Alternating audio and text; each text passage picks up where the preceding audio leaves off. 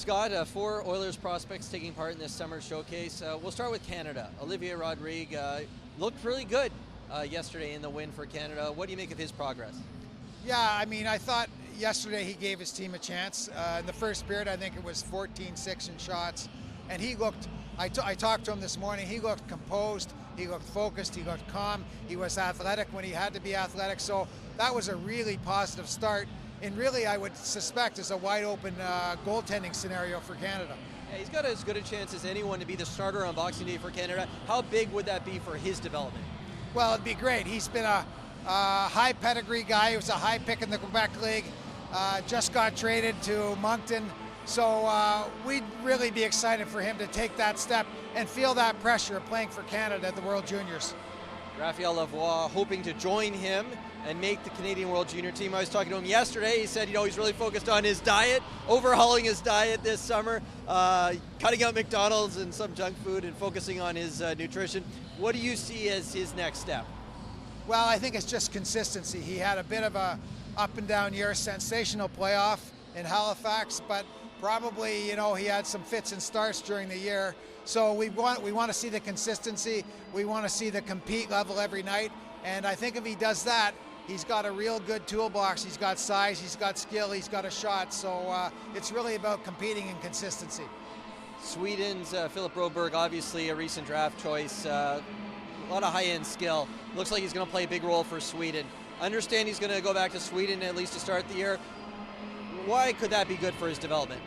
Well, he had the choice of playing for Hamilton or going to play for Skellefteå in the Swedish Hockey League. And we left it up to him. And, there's pros and cons to both. If he went to Hamilton, he'd certainly probably play more and be on first power play, first penalty kill. Against Sweden, you're playing against men. And so you're going to learn a lot playing against in that environment. So he decided he wanted to stay there. We're fully supportive of it as long as he's playing. And it looks like he's going to get a really good chance to play and talking with the people from Skellefteå. So if he can do it and he plays with the men, that's going to be a great step for him. Why would you go the route of leaving it up to him, I guess? Is that usual, or do you just trust his judgment in terms of the maturity he's shown? Well, he's a mature kid. He's serious. But I think, we're of the opinion you can't force somebody to come to Canada. If they're not mentally ready, if they're not really all in to do it, I think you lose some development. So we were comfortable both ways. It seemed like he was comfortable both ways, and that's what he decided. We saw the pros, we saw the cons on both, and really we're excited for either option, and we're excited he's taken Skellefteå. What stands out to you about Patrik Siikanen? Sorry? What stands out to you about Patrik Siikanen, the fourth and final Oilers prospect? I think he's really versatile. He's showing that. He plays center, he plays wing. He hasn't shown his skill around the net here yet. Finland had a great game today. He was good, he was solid, but he didn't really generate much in terms of offense. But I think he's going to have a good, solid role on this team, and that'll be a positive for him too. So we're in the middle of the summer. There's still intensity in these games. They're putting on their country's colors. When you're sitting back here and evaluating this, what are you looking for in a summer showcase event like this?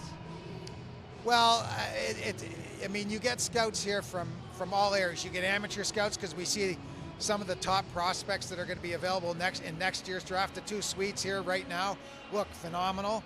And then you get a chance to look at all the prospects that teams own. These are all probably the highest end prospects that teams own that aren't going to be in the NHL.